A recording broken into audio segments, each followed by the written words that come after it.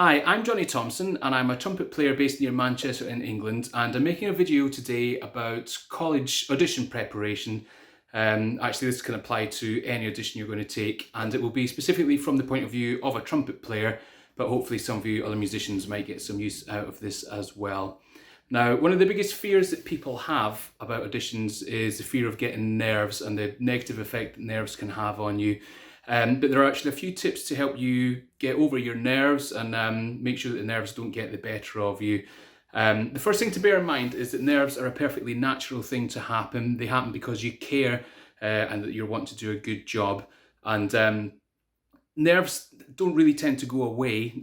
Even as a professional player, you can still get nervous, but you just become more used to coping with the nerves and finding ways of getting around them or using them to your advantage. Now, the first thing that tends to change when you get nervous is your breathing. Your breathing tends to speed up and actually gets a little bit shallower as well. So normally if I start to get nervous, I make a conscious effort to slow my breathing down and make sure that my breaths are a little bit deeper than what they feel like they want to do themselves. That will just help sort of calm and slow everything back down. Another of the things that tends to happen with nerves is tension starts to creep into our body as well. Now, obviously that isn't particularly useful for any musician, especially a wind player, because we want our breathing to be as free and as natural as possible. A lot of musicians use things like Alexander technique to help them release the tension out of their shoulders, across their chest, and maybe their back as well. And actually a little tip that I sometimes use when I'm breathing in at the start of a phrase, I try and just very, very slightly bend my knees, and that actually helps take the tension out of my back and helps me breathe a little bit freer as well. Now, the most important thing to stop nerves having a big impact is obviously to be well prepared, and that is everything to do with your audition day itself. So, speaking of the audition day itself, make sure that you plan everything, even your travel getting to the audition venue as well. Make sure you've got a plan A, B, and probably C in terms of travel. If trains are delayed or running late or cancelled, even traffic jams on the road, make sure you've got a few different route options to get you there, and that will avoid any sort of unnecessary stress leading up to your audition on the day. Speaking on leading up to your audition day as well, you should practice your audition routine.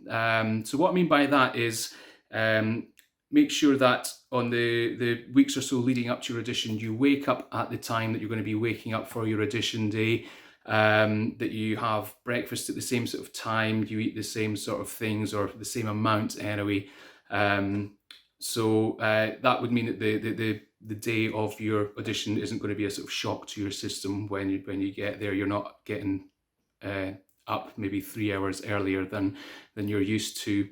On the audition day as well, make sure that you keep hydrated. Now, what I mean by that is don't nip to the pub and have a quick pint before you go in to do your audition. That's, keeping plenty of water. Even cups of tea is perfectly fine, just to keep you hydrated throughout the day. That should hopefully stop you getting things like dry mouth and whatnot as well.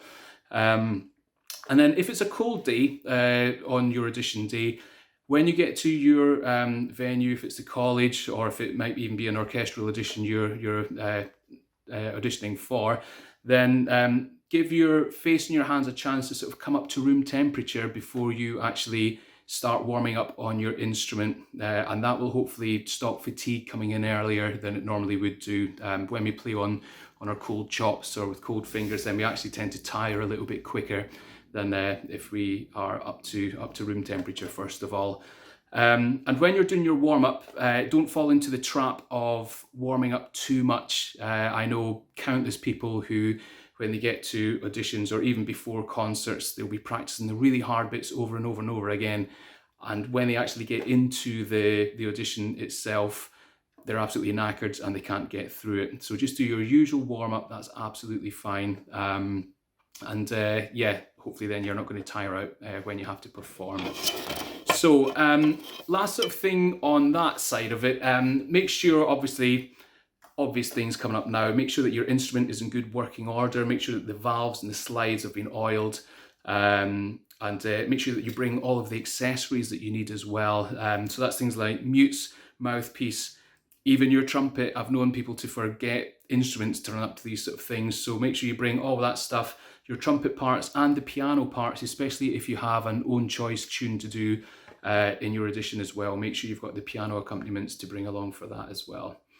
My advice in terms of preparing your instrument as well, do not wash your instrument the night before your audition, because it can sometimes change the way the instrument feels or whatever, and you don't want that to be the first thing that hits you when you start playing on your audition day. That can unsettle your nerves a bit as well. So maybe about a week before your audition, then get your instrument cleaned through and whatnot, and then that way you've got a chance to make sure that you haven't put your valves in the wrong way around or anything like that.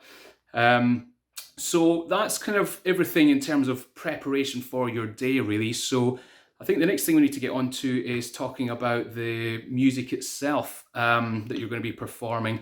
Now, pretty much without fail, every college audition for trumpet and every orchestral audition for trumpet is going to ask definitely for one tune, which is the first movement of the Haydn Trumpet Concerto. So that is really a tune that you're going to have to try and get under your belt, and that will hopefully do you for your entire career once you get that down. So just a couple of quick sort of little tips about that. Obviously, the first three notes of that Haydn is going to be the first three notes at your audition panel here. You will probably be required to do this on your B-flat instrument. Probably most professionals aren't brave enough to perform this on a B-flat trumpet, but unfortunately in the audition situation, that's what you're going to have to do. So those first three notes, your F, G and A on the B-flat trumpet, that is, that's the first thing. That's the impact notes that is going to either make the audition panel sit up and think, yep, this one's sounding good, or yeah, this one's struggling. And our job as performers really is we want to make our audience feel at ease. We don't want them getting worried that something's going to go wrong. So these first three notes, I tend to think of the words here, I, am for those first three notes, and hopefully that's going to give them the impression that, yeah, I'm confident in what I'm doing.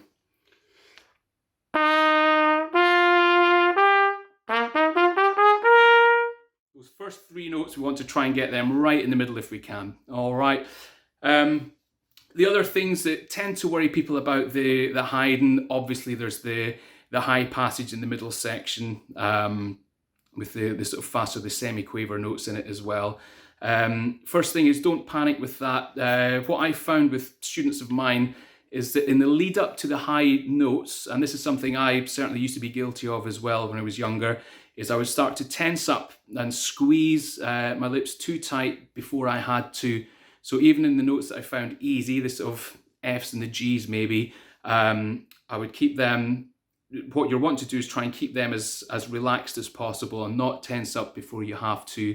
And that will hopefully then, when you have to get up to your high notes, your Cs, Ds, and even that naughty E flat up there, you can put on the sort of thrusters for that one, and then come back down to earth after it. So the chances are you're going to have to choose an own choice piece as well. My advice for that again is just don't perform at 100%. And what I mean by that is don't choose a piece that's so difficult that you are absolutely on the edge of your ability. Get a tune that is going to show you off to your best light, and that you're going to be able to perform well. In the Haydn, make sure that you take risks with things like dynamics though, because you're wanting to stand out from everyone else. Most performances of the Haydn are going to sound fairly similar, so you need to try and really take risks. Make your quiet playing that extra bit quiet, your loud playing that little bit extra as well. And on your own choice pieces, choose something. I'm trying to think of some of the tunes that I would be performing. Things like the Hubo Sonata, maybe the second or third movement of that. And maybe the Honegger Entrada, that's a trickier one to be fair, or the Enesco Legend, that's another one that certainly as you go through college you'll be learning as well, and that's it kind of shows off lots of different aspects of your playing. One of the things you really ought to be asking yourself when you play or when you're going into an audition is, why is the audition panel wanting to hear this? So why are they wanting to hear the Haydn Trumpet Concerto? Well, it's going to show, hopefully, that you can play with a good sound. It's going to show that you've got a good ear for intonation, good tuning, and that you've got, yeah, just a sort of good grasp of the general range of your trumpet as well, so that the high register and the low register and the middle register are all kind of equal in terms of quality as well. So make sure that you're using things like your slides, your triggers on the trumpet, just to help you keep bang in tune.